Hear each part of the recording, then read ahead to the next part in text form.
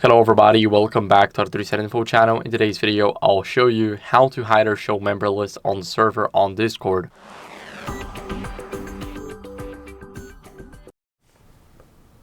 So first, as you guys can see, we are on a server. What are we going to do is we're going to locate this icon right here, which is two people, one person in the front and second in the back.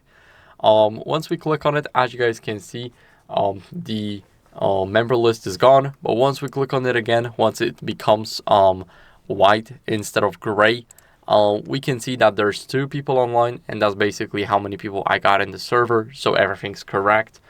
And that's how you guys can do it. So it's just clicking this icon right here. Thank you guys for watching. If you enjoyed this video, make sure to leave a like, subscription, and a comment, and I'll see you in the next one. Bye.